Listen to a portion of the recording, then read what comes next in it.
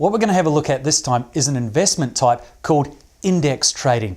Now, what is index trading? It can be referred to as indices trading or quite simply trading indexes. Now, I don't know about you, but the first time I became familiar with the word index was when I was reading books. As a kid, it had an index in it, which meant a list of all the words that were in a book.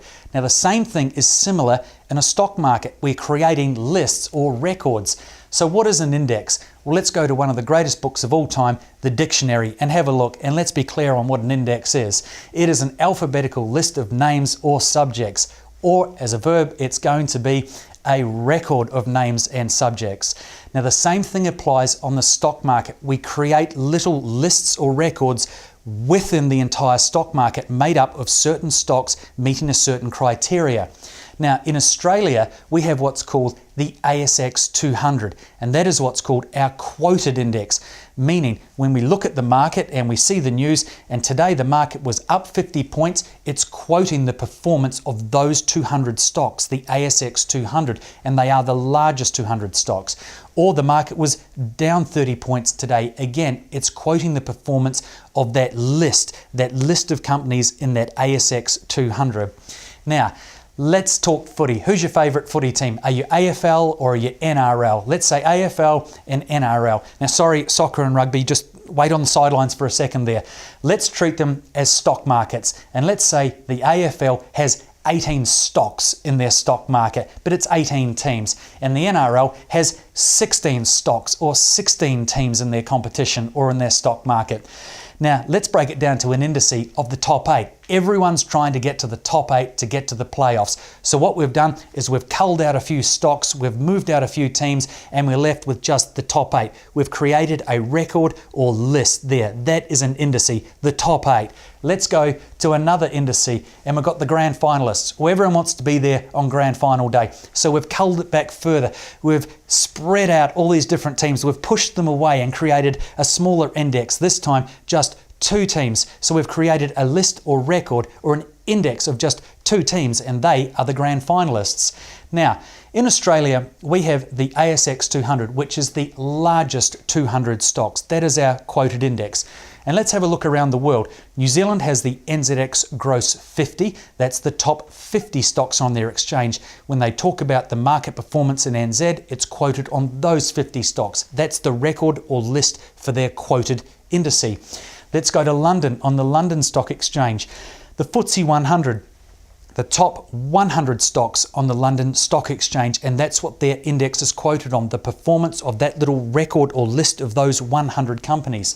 In the United States, let's go to New York, the Dow Jones Industrial Average, the biggest and most powerful indice in the world, and that is just 30 stocks, the 30 biggest stocks on the New York Stock Exchange.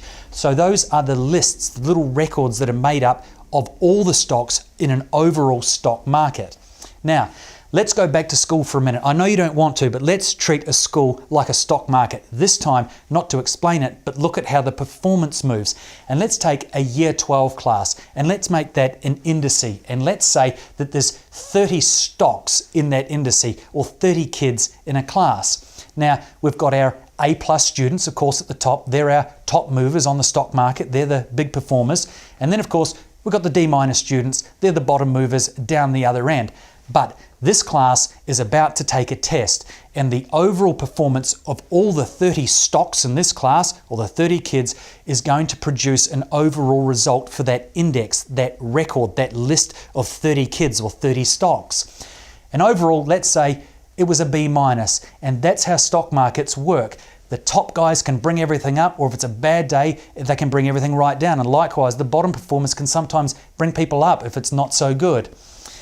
In Australia, we have the ASX 200, and again, it's the top 200 stocks across the whole market. That is an index made up of a list, a record of 200 stocks across the overall stock market.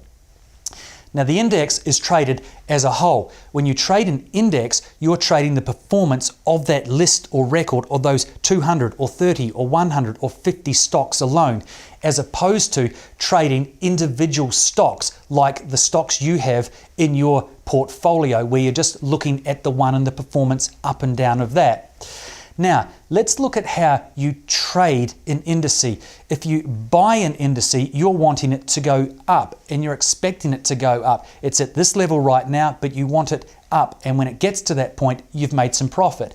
Or you're trying to sell it. You want it and you're expecting it to go down. From this level, down is where you make your profit. So you can make profit if it moves either way.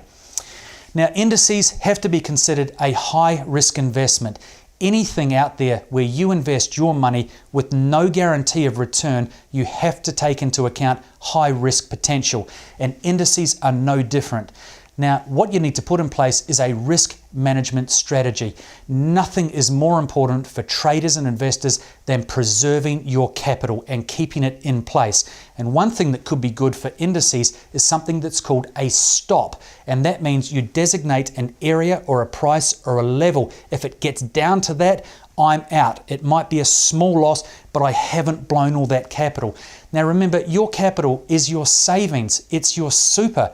It's your life's work. Make smart decisions. Part of that risk management decision making is getting good advice, analysis, brokers or fund managers, people who have seen all the ups and downs and the ins and outs. But have a look at our risk management video and you can get a better indication of whether indices are going to be something that you want to trade. And if they are, enjoy trading the indices. Happy trading. As for now, thanks for watching.